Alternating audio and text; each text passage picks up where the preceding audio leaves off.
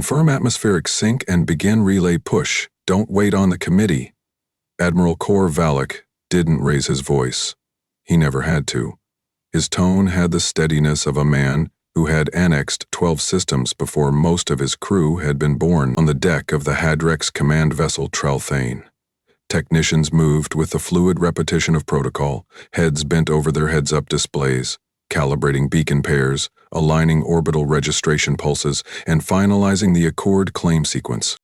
Outside the hull, the corridor hung in equilibrium, 10 star systems interconnected by gravitational drift, a corridor of stellar debris and aging planets left untouched for decades. Navigation data showed functional orbital integrity, dormant mining potential, and background radiation levels within acceptable thresholds. It was the kind of space that looked forgotten, empty in the way a storage unit sealed for years starts to feel like it was never yours to begin with. And for the Combine, that meant opportunity. Relay deployed, first beacon responding, uplink stable, were locked for a class key registration pattern. The officer's voice cracked briefly through the comms, a reminder that even after years of bloodless conquest, the act of claiming was still a ritual. Valak didn't react. His eyes were fixed on the central map, where blue pinpoints marked each beacon's activation. The display glowed with quiet confirmation. One by one, the corridor lit up. Not with resistance, but with permission. For 400 years, the Hadrex Combine had converted neutrality into ownership. They had rewritten the rules of expansion, trade before threat, bureaucracy before bombs. War was inefficient. Control was a matter of time, of systems layered upon systems, of offering more than any existing governance could match. A better life, embedded in databases and reinforced with incremental influence. They had mapped 12% of the Accord's outer ring this way, not by overwhelming fleets, but through the certainty that no one would bother to stop them. Yet this corridor felt different, and Valak knew it. The data said otherwise, of course. There were no military signatures, no resource anomalies, no historical markers of value. But experience had a way of gnawing past numbers. There was something about the silence here. Not absence, but density. Like soundproofing laid over something mechanical. He turned to the comms engineer. Have the local bands been swept clean? Yes, Admiral. No subspace chatter, no relay loopbacks. The corridor's been quiet for decades. Last signal from the Terran Quadrant was a decommission notice, sealed and archived. Then they're not coming, Valak said, nodding to himself. Register the domain. Begin full Phase 1 occupation. Resource tagging, atmospheric probes, standard Accord alignment protocols. Let's make it permanent. In orbit around the corridor's fourth planet, a secondary ship broke formation and began to lower beacon anchors into the upper stratosphere. Long, spindly booms extended from the hull, each segment locking with a faint hiss of magnetic catch points. Internal nav thrusters adjusted the drop vectors, aligning to orbital drift. The beacons carried no weapons, only data stacks and hard-coded sovereignty declarations. Once deployed, they would mark the region in Accord archives as Combine-controlled space, uncontested, legally binding, and difficult to revoke. Down in the sensor core, technician Harvin Stoll ran a quick cycle diagnostic on Beacon 3's stabilization node. The numbers were normal, but his palms were slick. He tried to ignore it. The room around him pulsed with low interface lighting. He'd been on enough deployments to know when nerves were a product of unfamiliar systems. Still, something made his stomach twist. He pulled up the raw feed from the Terran boy drifting at the corridor's edge. Old, scarred, coated in orbital dust. Its transponder light was dead, inactive for years. Yet the image of it refused to disappear from his display, like it had weight that didn't belong in empty space. Is that buoy broadcasting? He asked. His supervisor glanced over. Negative. Civilian-class shell. Old Terran relay, pre-Accord, probably drifted out of sync a long time ago. It's a ghost. Should we tag it? No. If it's not active, it's not a problem. Stoll nodded but kept the feed open. His fingers hovered over the diagnostics interface, checking again. Every time he reran the sweep, the same result came back: dead, inert, unpowered. Still, the static behind the image wasn't normal. It didn't flicker like background radiation. It pulsed. Meanwhile, up on the bridge, Admiral Valak reviewed the confirmation logs. All beacons had responded. The corridor was now officially recognized under Combine stewardship. Accord algorithms had finished processing the claim. The declaration of authority had gone live 32 seconds ago. Registration finalized, the voice from comms said. Then we're done here, Valak replied. Pull back the beacon vessels and begin nav map redistribution to Combine civilian lanes. This is ours now. And then it happened. The heads-up display dimmed for half a second. Not a glitch, a blink. Then one of the orbital beacons, a device designed with 15 layers of fail-safe and hardened AI redundancy, cut out completely. Its signal dropped from the net like it had never existed. 5 seconds later, the next one died. Not damaged, not interfered with. Simply gone. Then another. On the bridge, crew members turned to their consoles. Systems weren't down, but something was wrong. The nav maps were returning location data that no longer aligned. The celestial coordinates were shifting in real time, redirecting. Stoll Station in the lower decks lit up with red glyphs as the relay buoy, dead for decades, activated. Without broadcast, without charge, without any known energy feed.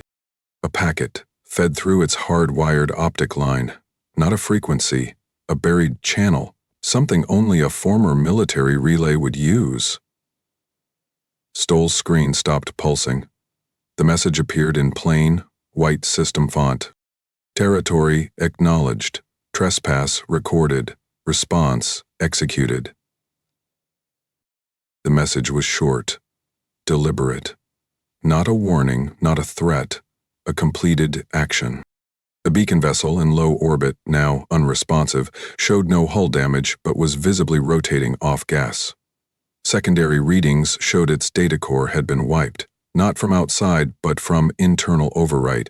Its drive integrity had collapsed mid-separation. Atmospheric probes were offline. Autonomous recovery drones refused to sync. Every system that had linked to the corridor began to return incompatible instructions.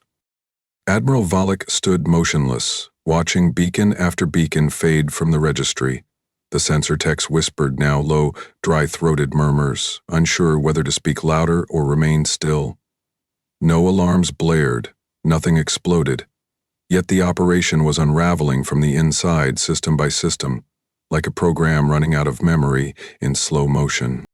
Get me confirmation from the relay satellites, Valak finally ordered. I want to know if any of them are still feeding Accord channels. A technician shook his head slowly. We're isolated, sir. Not jammed, but we're not connecting. They're treating us like we don't exist. Valak exhaled, eyes narrowing at the screen where his empire's claim had once glowed so brightly. Mark this day, he said. We misread their silence. The corridor did not remain silent. It had simply been waiting to speak. Cut the drift. Why is Beacon 4 losing orbital lock? Lieutenant Durith's voice rose sharp across the command bay, eyes darting across the heads-up display as the glowing perimeter indicators blinked in and out. The atmosphere in the control pit had shifted from quiet execution to unsettled restraint. Technicians hunched lower. Operators no longer spoke to one another directly. They pointed, gestured, whispered into consoles. Something unspoken now pressed down on every movement, as if the corridor itself had shifted its posture. On the starboard observation deck of the Trell Thane, the Combine's central colonial ship, a junior sensor analyst leaned closer to the viewport. From this angle, the third orbital beacon was clearly visible, until suddenly it wasn't. There was no flash, no turbulence, no physical collision.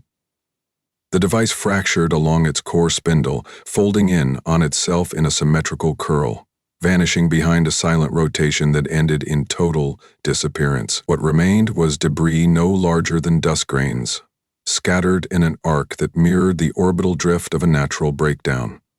Only the timing, down to the second, felt engineered. Admiral Valak didn't speak. He remained still, both hands flat on the edge of the ops table, eyes locked to the shrinking signal outputs as one beacon after another degraded into useless digital noise. "Are we being hit?" he asked finally, not with fear, but with clinical suspicion. "No impacts registered, sir. External sensors show nothing inbound. No weapon trails, no energy bursts, no fragmentation analysis. They're shutting down from the inside." "That's not a shutdown," Valak said. His right index finger tapped the display with a quiet rhythm, eyes narrowing. "That's an execution." The Trelthane's data stream began to glitch. Navigation points rotated off their axes. The autopilot on 2 escort vessels engaged without crew input, attempting to reorient based on star charts that no longer matched. Several officers recalibrated, thinking it a sync error, until the same corrupted data loops began echoing through isolated systems. Artificial gravity reset in 2 corridors, throwing personnel off balance. Climate control cycled through temperatures in reverse order, causing rapid condensation along the inner hull. The ship wasn't malfunctioning. It was being rewritten. In the drone bay, flight technician Arlen Sorik sprinted to the control terminal, where the deployed surface recon units had stopped transmitting. Their feeds, still active seconds before, had been overridden with white blocks of text in an old military typeface, Terran formatting from the pre-Accord years. It wasn't a virus. It wasn't even hostile. It was a declaration, pure and unencrypted, sent across systems, as if mocking the idea of secrecy. He stared as the terminal locked itself, displayed the words, and shut off. Territory acknowledged, trespass recorded, response executed. "Commander, you need to see this." Sorik's voice cracked through the ship-wide channel, his message interrupted by another power cycle. The corridor lights dimmed, returned, then dipped again, each interval slightly longer. On screen, all visuals of the external corridor space had frozen.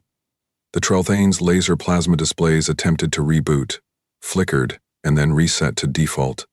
The sensor grid was offline, external comms ceased. A command ship with 5 layers of encrypted AI redundancy was now functionally blind. In the deeper levels of the ship's archive deck, hidden behind 2 sealed clearance nodes, a warning key activated. It was not automatic. It had been buried in the Combine's own ship codebase, written years ago into a fragment of decommissioned Terran software they had integrated for civilian traffic parsing. When the message from the ancient buoy had triggered, the subroutine had responded like it was waking up. The Combine had never realized Earth's silence hadn't meant abandonment. It had meant infiltration. And above all of this, far from the blinking consoles and failing nav systems, a name circulated only in rumor now began returning across the internal data logs. Not a title, not a call sign, just a file stamp embedded in the final layer of the Terran uplink, TV-17A. That was enough. Rear Marshal Terran Vol. His name hadn't been spoken publicly since the Jupiter conflict. The man had vanished from Earth's formal chain of command after authoring a controversial doctrine on post-territorial warfare, a policy that rejected retaliation and instead prioritized annihilating the intent to attack through psychological interruption and perceptual sabotage. It had been deemed too theoretical, too destabilizing. Vol had accepted the exile without resistance, disappearing into the classified layers of Terran command infrastructure, stripped of rank but never of access. Now his signature had returned. Doctrine 17, A. Passive Denial Protocol. Zero emission retaliatory stance. Non-combat sovereignty enforcement through total system obfuscation. It was designed not to engage an enemy, but to make the enemy question whether they had ever seen the battlefield at all. Inside the corridor, the Hadrix fleet continued to drift. Emergency diagnostics were rerouted, and even those began to fail. No hardware damage, no intrusions, just erasure, calculated, sequenced. ordered by someone who knew exactly how their fleet worked from within. Valak moved quickly now, issuing orders to re-establish a base anchor with the outer Accord beacon. The relay handshake failed. A backup protocol attempted a ping to Combine territory. It returned incomplete data, as if routed through false coordinates. A junior officer tried to access the AI Tier 3 level. It refused the query. "Admiral, the ships are responding to a command structure we didn't authorize," Dereth said, his face pale. "Who's commanding them?" Ace. Dereth swallowed. "I think we are, but through a mirror. Our own systems are replaying issued orders back to us, out of sequence. Like we're chasing echoes?" Valak clenched his jaw. "Then stop issuing commands. Lock every override." The silence that followed wasn't quiet. It was charged with a new kind of fear. One that did not stem from the presence of an enemy, but from the realization that the enemy had no need to appear. Aboard the data archival deck, Harvin Stoll replayed the last visual feed of the Terran buoy. This time he noticed something different. Subtle, deliberate. The device hadn't just activated. It had pulsed in rhythm with the ship's own power cycles. It was listening, calibrating, responding. Not to attack, but to match tempo. It had been watching. As Stoll's breath caught in his throat, the final beacon flickered and died, its sync signal collapsing into static. The corridor outside remained unchanged, still floating, still undisturbed. And yet nothing about it was still. It was no longer the Combine's operation. It never had been. Somewhere beneath all the control failures and silent interventions, Rear Marshal Turinval's doctrine had come alive, not in declaration, but in consequence. A war had begun, and its first strike had already concluded. The enemy hadn't needed to arrive. They had simply reminded the galaxy what silence meant when it belonged to Earth. "All formations will maintain lateral spread until we confirm visual continuity. Nothing closes distance until I give." High Admiral Kor Valak's voice sliced across the Interfleet command link with the weight of absolute authority. 72 vessels responded in kind, aligning along the entry corridor in a staggered defensive net. The reinforcement fleet had arrived with full tactical support, jump-tressed and deep-scanned. Each ship fitted with a full-spectrum signal integrity rig and layered AI-level diagnostics. Valak believed in control, not superiority through firepower, but through absolute system awareness. The corridor had collapsed one of his forward operations, and while the Combine did not yet call it war, Valak was already preparing the post-battle report. The arrival itself had been clean. No interference. All pings returned normal. The corridor appeared still. Beacons gone, probes silent, and the Terran relay visibly dormant once again. It was the quiet of dust settling, of failure past. Or so it seemed. Valak stood in the forward command center of the fleet flagship Greystorm, monitoring the live data relayed to the heads-up display stretching from floor to ceiling, where sensor overlays tracked gravitational anomalies, radiation flows, and signal scatter. Everything looked stable. That was what troubled him most. A junior officer on the third bridge reported an echo, then a second, then 6. They appeared as faint IFF signals, matching Hadrick's designations. Each one pulsed from a different quadrant of the corridor, each mimicking ships known to be lost in the first operation. Their transponder IDs weren't just similar, they were perfect matches, right down to internal routing timestamps and fleet code suffixes. At first, Valak assumed an internal error, or a replay loop from the black boxes still in recovery. Then, 2 of the echoes began moving. The fleet responded in textbook formation. Escort frigates realigned into a crossnet, sensor arrays targeted the Phantoms, long-range targeting systems began charging low-emission lock protocols. None of the ghost signals reacted. They drifted just outside confirmation radius, slipping in and out of field focus like shadows behind reinforced glass. The Gravestone's AI suggested a recalibration sweep. Valak denied it. Those aren't sensor errors. They're playing with our geometry. He stepped toward the map, tapping one of the ghost echoes. Track that one to the vector node. I want its energy profile overlaid. A blur of information flooded the lower screen. The signal had originated inside the fleet perimeter. Its signature had matched a Hadrak ship that had never entered this quadrant. Worse, its position was mathematically impossible. It had broadcast before the fleet arrived. Across the formation, command consoles flickered. Navigation maps began adjusting themselves in a slow crawl, axes rotating one quadrant at a time. The orientation of star positions shifted with each recalibration. Coordinates still technically valid, but pulled into a configuration that didn't exist in any known registry. Some junior officers assumed the error came from the Accord map cache. Others believed the black box data recovered from the first strike had corrupted the system logic. Valak suspected something deeper. Run cold checks on every signal coming from our own vessels, he said. I want authentication chains verified line by line. Look for duplicates, reversals, misaligned timing pulses, anything that mimics. The response was not immediate. It came in fragments. Corrupted logs, strange reversals in jump data, timestamp loops that broke the internal consistency of flight records. The Voron Kest, one of the primary data relay cruisers, had 5 overlapping command logs, each issued within a span of 1 second, none acknowledging the other. When the crew replayed visual records, their own fleet appeared distorted, ships facing the wrong direction, engines firing in reverse burn, hull lights active despite reported blackout orders. Then came the disappearances. 2 cruisers, Larik Ventra and Soresh Dal, were ordered into scout jumps to secure the outer corridor flanks. Their trajectories were plotted, jump drives charged, transit initiated. The timing was logged across every bridge. The flashes occurred on cue.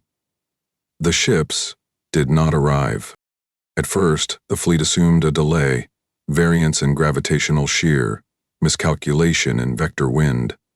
Then the recovery pings returned null, not failed, null. As if the ships had never jumped, never existed in the outbound model. A backup data packet recovered from the launch showed the Larik Ventra's internal AI had reported arrival at the destination 25 seconds before the ship ever departed. Sir, a communications officer called out, voice tight. Accord relay just acknowledged a data dump, not from us. Valak turned slowly, as though forcing his body to respond through the cold weight pressing into his spine. Define acknowledged. They've accepted receipt of a diplomatic package sourced to one of our own ships. Authenticated, cross-signed with Accord encryption, we didn't send it. What was in the file? The officer hesitated. Footage? Documentation? Transponder logs? All structured as evidence.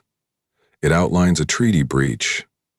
Specifically, a combine violation of Terran border doctrine. It names us. The heads-up display reloaded again. Now the primary fleet signature was being tagged by external observers. Accord command links began rerouting, assuming Earth's chain of custody filings to be verified. Valak tried to override the link channel to the Accord diplomatic liaison. The connection refused the handshake. He leaned over the comms panel, speaking low and without anger. We are not losing control of this engagement. We are losing control of the narrative.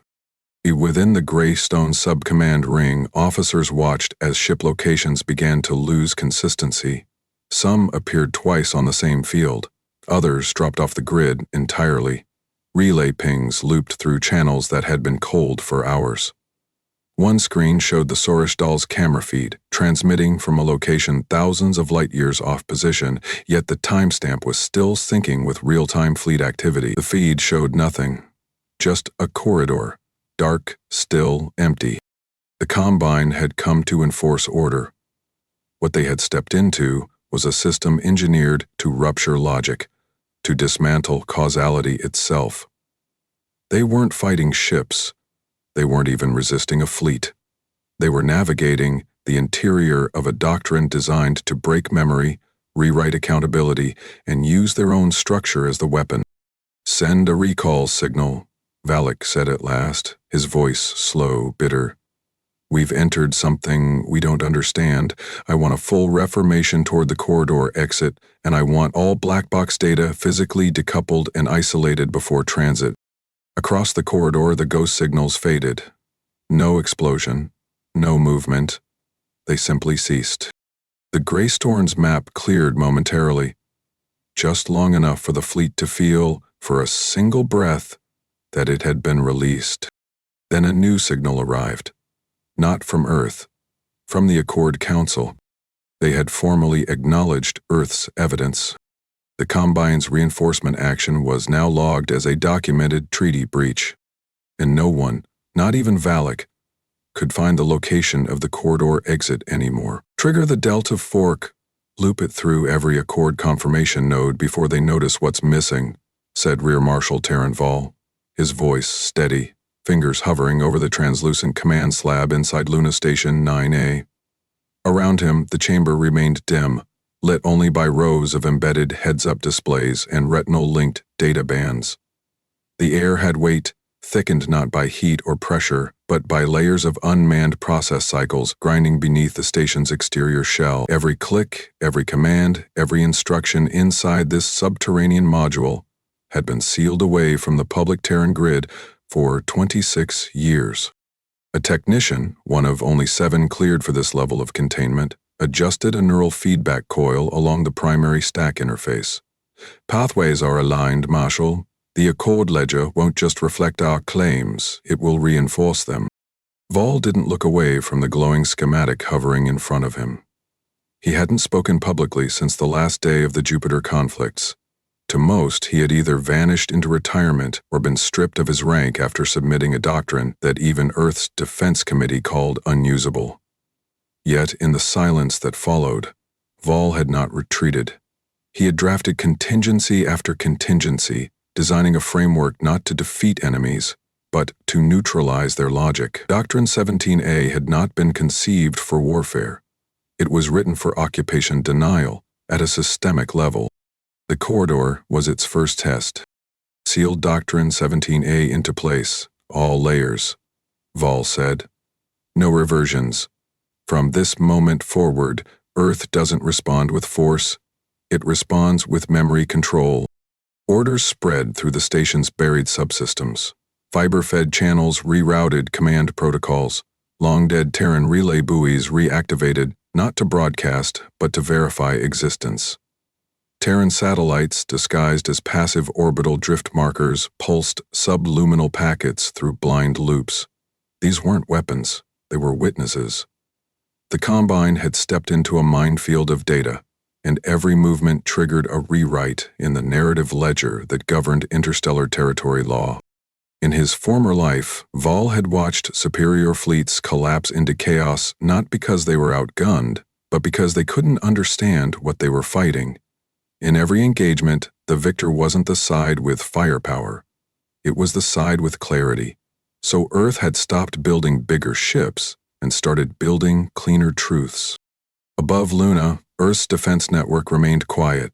There were no ships mobilizing, no alarms sounding, no tactical deployments racing to the corridor. Instead, layers of network protocols aligned, creating mirrors, echoes, distortions, each carefully tuned to reflect the Combine's own systems back at them in recursive error. Navigation charts adjusted, quietly removing Terran registry information, then those same charts were pulled into Accord backup nodes. The digital architecture of the galaxy's bureaucracy began favoring Earth's edits, not because of any override, but because Earth's packet timestamps were older, cleaner, verified. Back inside the Gravstorm, Valak stared at the heads-up display in disbelief. His targeting maps were warping again, some now showing ghost ships on overlapping vectors. Entire quadrants that had previously registered as empty now populated with false readings, mimicking Combine fleet IDs. When cross-referenced, they conflicted with live pings. The enemy was using a system-level mimicry protocol, but it wasn't coming from a single source. He snapped toward his comms lead. Redirect fleet AI through internal redundancy networks. We'll isolate the breach node. We already tried that, sir, the officer said. It's not intrusion. Our systems aren't compromised. The maps are correct, but we're not the ones controlling how they're drawn anymore. Valak clenched his teeth. Then who's rerouting Accord channels? Who's confirming our location tags? Accord isn't rerouting anything, the officer replied slowly. They're following protocol. We were flagged. Now, they've shifted to Earth's registry as the reference frame. Across the corridor, dozens of Hadrex vessels ran diagnostics again. Each ship confirmed full hardware function. Internal systems were intact, sensors clean, comms channels technically open. Yet everywhere they looked, the corridor refused to obey. Some decks lost environmental calibration momentarily, temperature drops in single compartments, gravity cycles snapping in microbursts. These weren't malfunctions, they were deliberate, coordinated, enough to unnerve, never enough to damage. The Combine's tactical protocol assumed that enemies would engage based on threat assessments. Earth had rewritten that expectation.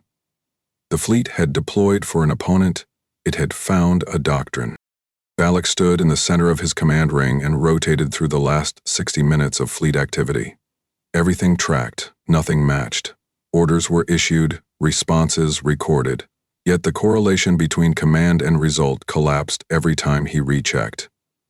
His ships were obeying orders in sequence. The consequences of those orders were arriving out of order, like playing a game where the rules changed every third move, and every piece was a decoy designed to bait a decision already made. In the background, the Accord sent confirmation of Earth's sovereignty over the corridor, not as an announcement, as an update. Earth hadn't submitted a new claim, it had simply resurfaced an existing one, dated 78 years prior, flagged as pending until recently. The timestamp made it valid. The absence of conflict made it binding. The Combine's entire expedition had now been reclassified as an unauthorized traversal into an active diplomatic perimeter. They've buried their defense inside the rules, Valak whispered. We're not in a battlefield.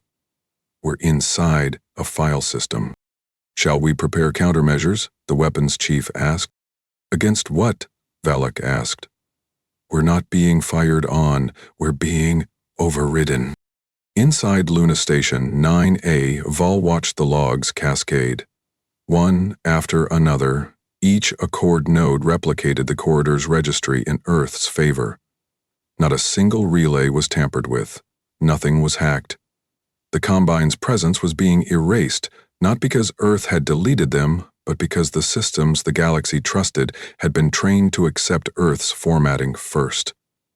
And more than first, a technician adjusted his seating posture, finally allowing himself a shallow breath. Do we initiate fleet deployment, Marshal? Ball answered without looking up. No, they're still searching for us. That means we're still winning. He walked to the edge of the command chamber, pausing near a sealed viewport that overlooked the cold lunar surface. Somewhere above, an empire was trying to make sense of why their orders stopped mattering. That was enough. The doctrine had worked. No warships, no retaliation, no speeches. And still, Earth now held the corridor like it had never left. They had planned for engagement. Earth had written them out of the script entirely. Authorization granted. Jump cycle engage on Wave 3. All ships fired transit cores, now.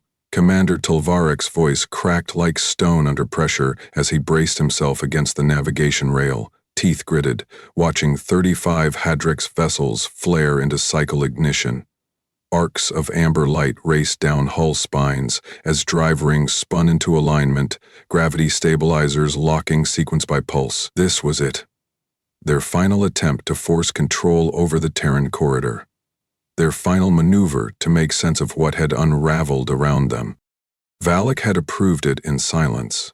He hadn't offered justification. He hadn't looked at his command board when he gave the nod. His face had begun to hollow across the last 30 hours. Lines deepening, voice thinning, sleep denied by logic that refused to settle. The corridor hadn't fought them. It hadn't offered terms. It had simply ceased to obey. There were no tactics left to outmaneuver when direction itself dissolved. As the ships jumped, the fleet grid erupted in flare pulses. Power signatures lit the Gravstorn's heads-up display in synchronized waves. One after another, the vessels folded from normal space. Timing correct, trajectory verified, sequence logged. The jump paths had been double-checked by independent AI, triple-paired against navigational redundancy protocols. Every safety standard had been honored. Still, Valak stood back, arms crossed, knuckles rigid. Somewhere deep in his chest, instinct told him this wasn't departure. It was disappearance. The drive echoes began returning 10 minutes later, but the positions were wrong. One ship re-emerged 37 light-years off course, dangerously close to a known pulsar graveyard. Two others reported no stellar coordinates. Just inertial drift, black sky, background interference. One emerged inside an asteroid debris field where no field had previously been logged. Another was located by chance, flagged by a civilian exploration satellite cataloging supernova radiation signatures in a dead system unregistered by the Accord. None of them had reached the corridor.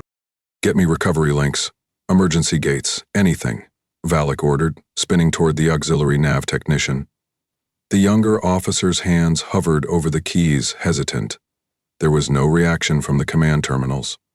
The maps had begun rewriting themselves.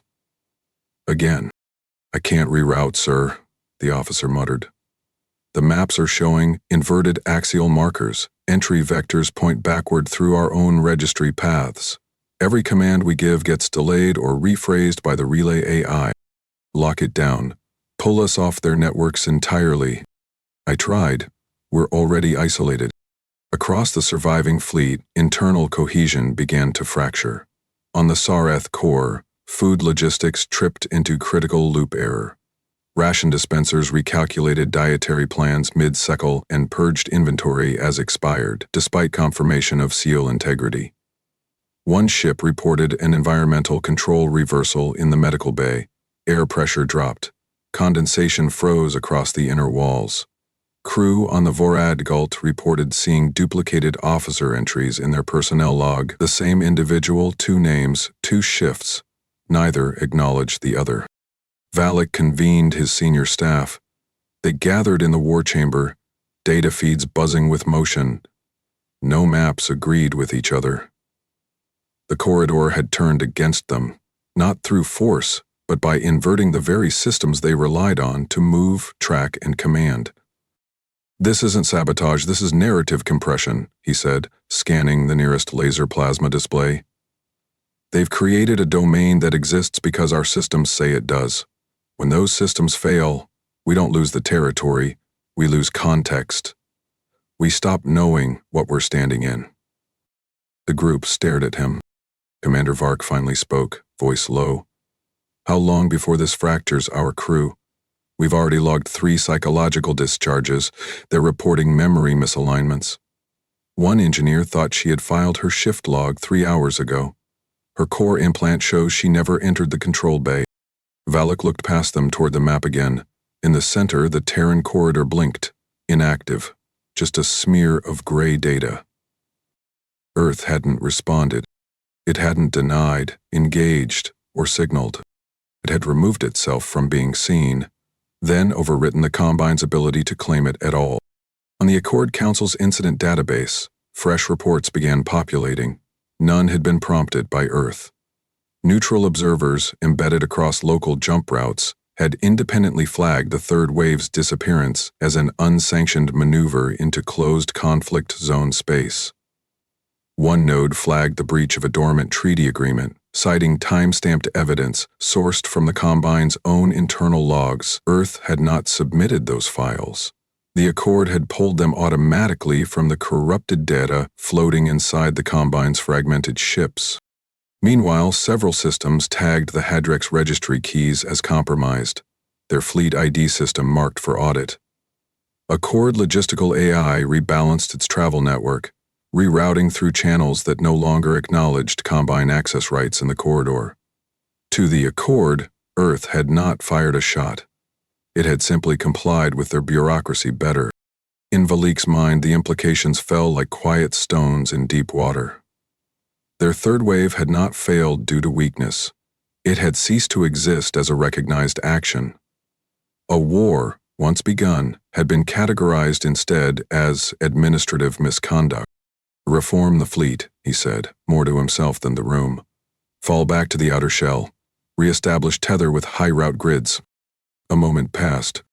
Admiral, one of the junior comms officers said, staring wide-eyed at the inbound data board, our long-range pulse is getting reflected by what looks like our own earlier signal, one we never sent.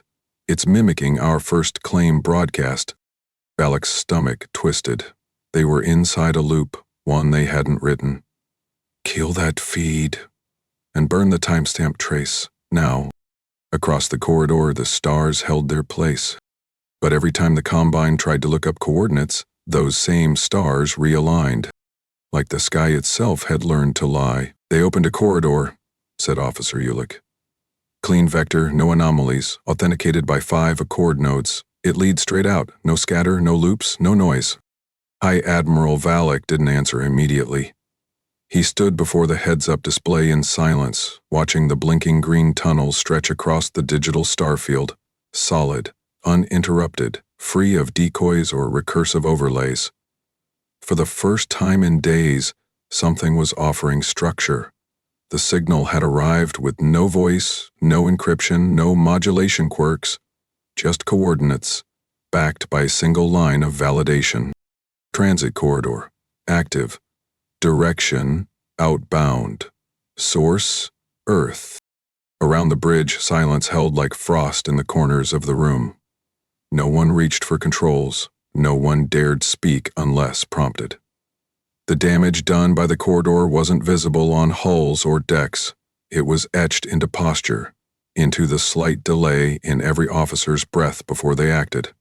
Most had lost contact with something they couldn't name. Trust in data. Confidence in systems. Belief in direction. It was all shaken. Could it be a trap? Asked Commander Varric, his voice low, almost cautious. They've given us no conditions. No terms, just an exit. They don't need a trap, Valak replied, tone colder than before. We're already contained. He turned to the display again. The corridor's boundary was a straight line now, definitive, uncompromised. It offered no challenge, no pressure. The gesture had the weight of finality to it. Not surrender, not mockery. Closure. The bridge lights flickered once, then stabilized. Center links recalibrated. Fleet command nodes synced correctly for the first time since the initial anomaly. It was as if the corridor had reassembled itself, granting the Hadrax ships a final moment of operational clarity. The implications were unnerving. Earth hadn't struggled to suppress them. It had decided when to let go. Valak paced slowly along the edge of the command deck, passing crew who avoided his eyes. He could feel it under the surface. Tension not of fear, but humiliation. The fleet had come to impose order, and now stood, waiting to be dismissed. Plot every ship for departure, he said at last. One by one, no simultaneous jumps. I want a 10-second interval between each. 10? Ulick frowned. That'll stretch our timeline. Let them watch us leave. The orders moved down the chain. Each ship in the remaining fleet realigned toward the corridor's beacon, stabilizing drives, resetting transit cores, verifying departure angles. The artificial gravity aboard the Gravstorn adjusted for jump recalibration, causing a slight shift underfoot. Crew braced instinctively, not from turbulence, but from the psychological weight of exiting a territory that had never shown itself. The Vorad Koran went first. A flash of light, a minor distortion of local fields, and it vanished without error. Then the Sarith Core. Then Dral Ventrix. One by one, the ships passed through the gate like whispers pulled into darkness. No resistance, no misalignment. The channel held. When it came time for the Greystorm, Valak lingered on the command deck. His eyes followed the last trailing signal of the June Trell. The corridor didn't fluctuate. It neither beckoned nor hurried. It was simply open. He turned to his officers.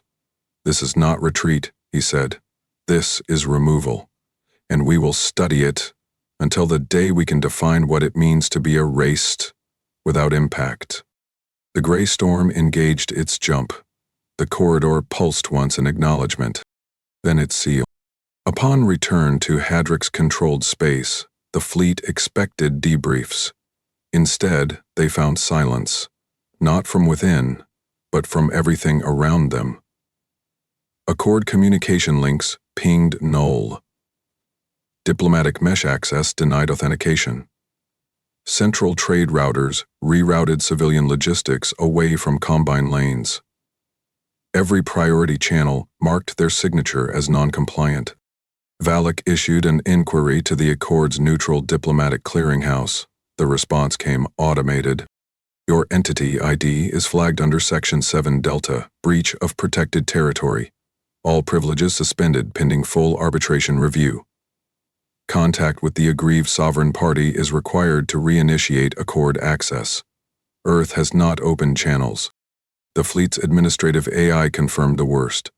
Not a single treaty violation had been filed by Earth. They hadn't complained. They hadn't requested sanctions. They hadn't spoken at all. And still, the Combine's access was revoked. In the Central Fleet Command archive, Valak stood alone. The room was quiet, save for the soft hum of filtration cycles and the distant click of automated registry updates. Across the primary wall, the heads-up display projected a map, one that now showed a grayed-out corridor in the center of Terran space. It blinked with a new classification tag, Zone Omega Null. No entry, no jurisdiction, no recourse. Ulick entered quietly. "They didn't even send a statement," he said, breaking the silence. Valak didn't move. "They didn't need one. We weren't silenced. We were dismissed." Behind them, the Accord's incident feed updated again. A new clause had been filed by an anonymous bureaucratic node. The prior incursions into Earth-designated null zones will trigger automatic relay isolation and treaty downgrade. Advisory: no corridor access permitted without written pre-clearance. The clause wasn't marked with Earth's authority. It was backed by the Accord itself. Earth hadn't sent a warning. They had shown the galaxy what happens when silence becomes law. And in doing so, they hadn't just ended the battle. They had ended the premise of engagement itself. "They logged our fleet entry as an unsanctioned operation," said Chief Diplomatic Strategist Ilaric Voss, his fingers trembling slightly as he pinched the bridge of his nose. "That's how the Accord phrased it. Not war, not an engagement, just an administrative breach of protected zones." Inside the Hadrak's interstellar policy chamber, the atmosphere was colder than the walls. Dozens of diplomats, military strategists, and trade architects sat in silence as the report replayed across the central heads-up display. The projection didn't show explosions or losses. It showed audit trails, logged time entries, claim mismatches, sequence breakdowns. Accord Nouveau data nodes backing Earth's submission with timestamps older and cleaner than Combine core route. The most terrifying part was the tone. Earth hadn't accused them. Earth hadn't defended itself. Earth had filed nothing. The corridor had been ruled Terran territory because Accord systems accepted the formatting. Their own logs, captured during internal transit, had reinforced the claim. Valak watched from the back. He didn't speak. Since his return, the media had avoided him. The military refused interviews. The Combine's High Bureau didn't issue reprimands. They issued silence, not as punishment, but as containment. He had become a cautionary tale that no one wished to document aloud. Across Hadric's controlled space, the effect was seismic. Civil sectors began seeing longer customs delays. Border pings were redirected by Accord Trade AI toward alternate routes. Medical imports flagged as source ambiguous faced processing delays. Industries dependent on corridor access were forced to renegotiate under Tier B supplier designations. Costlier, slower, diplomatically isolated. Markets didn't crash overnight. They frayed. 1,000 small destabilizations replaced direct economic failure. Analysts couldn't pinpoint a single trigger. Investors moved portfolios quietly. Civil security councils whispered that combine stability had faltered, not due to war, but because Earth had demonstrated the one thing the combine was never prepared to answer. What if your dominance is ignored? Inside military subchannels, an even quieter shift began. AI fleet cores started receiving new updates. Not patches, not directives. New base protocol layers. One line added across 1,000 templates. Avoid. Zone Omega no. It wasn't a restriction. It wasn't even a command. It was a behavioral recommendation, embedded deep in targeting logic and threat assessment matrices. The kind of directive no officer argued with because it didn't challenge orders. It rewrote risk. In dozens of command simulations, AI planners failed to define the corridor's tactical value. The system refused to project successful outcomes for any incursion into the zone, not due to enemy resistance, due to lack of readable variables. Earth had effectively made the corridor unsimulatable. Some junior officers questioned the ethics of surrendering territory to an opponent that had never even appeared. Veterans understood. You don't charge into a domain where data collapses. You walk away. On the outer fringe of Accord archives, intelligence networks began circulating fragments. Unmarked Terran memos, doctrine white papers, partial subroutines lifted from Luna Station archives. The language was clinical, stripped of flair. Yet as these documents spread, analysts began speaking the same name, Doctrine 17A. The phrasing appeared again and again in intercepted chatter. Data loop neutralization via silent escalation, invisible deterrent architecture, zero collision victory curve. No official document ever described the full doctrine, but its effects were cataloged in whispers. Fleets redirected, maps re-raised before they were even perceived. Back on Earth, Rear Marshal Terran Vall didn't hold a press conference. He didn't appear on state broadcasts. He didn't receive promotion or commendation. There were no medals, no political speeches. Luna Station 9A remained unregistered in all public archives. The personnel assigned to the station received sealed notices of reassignment under benign titles. Communications Redundancy Ops, Deep Archival Encryption, Sub-Lunar Relay Maintenance. And yet, the doctrine was real. In black site corridors beneath Earth's continental defense arrays, a technician cleaned a fiber optic feed port linked to an inactive buoy. She didn't know its name. Didn't ask. Her supervisor didn't explain. Still, every movement in that station reflected an awareness that something massive had occurred, and it had passed without Earth ever raising its voice. Meanwhile, Deep Space Accord nodes quietly indexed Earth's corridor under a newly standardized tag, Passive Sovereign Territory. This classification had never existed before. It didn't require border patrol. It didn't require military support. It was based on influence, not occupation. The criteria? Stability through silence, verified through the retreat of those who tried to overwrite it. In Hadrax's prime space, civil protests began to spread. They weren't dramatic. They didn't erupt in violence.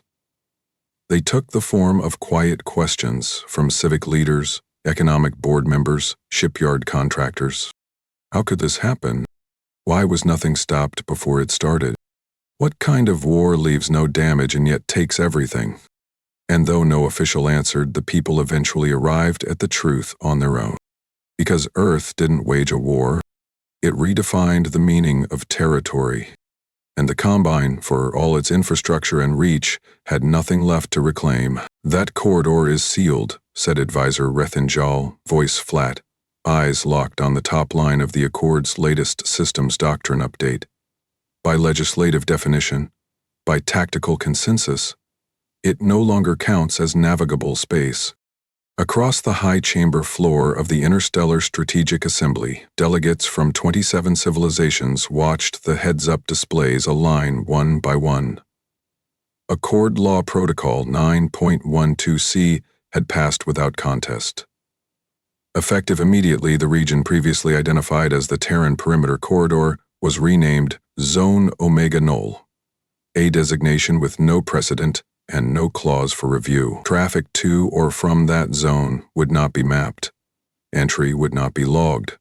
The consequence of breaching it would not be discussed in any standard risk assessment. The corridor had become uncharted, not because it was forgotten, but because it had been acknowledged by force of absence.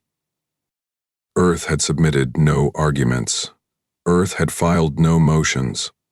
Its silence had remained uninterrupted, but now it carried a different weight. No longer passive, no longer neutral, strategic analysts had given it a name of their own. The Vol procedures, a phrase already circulating in tactical review schools across neutral systems.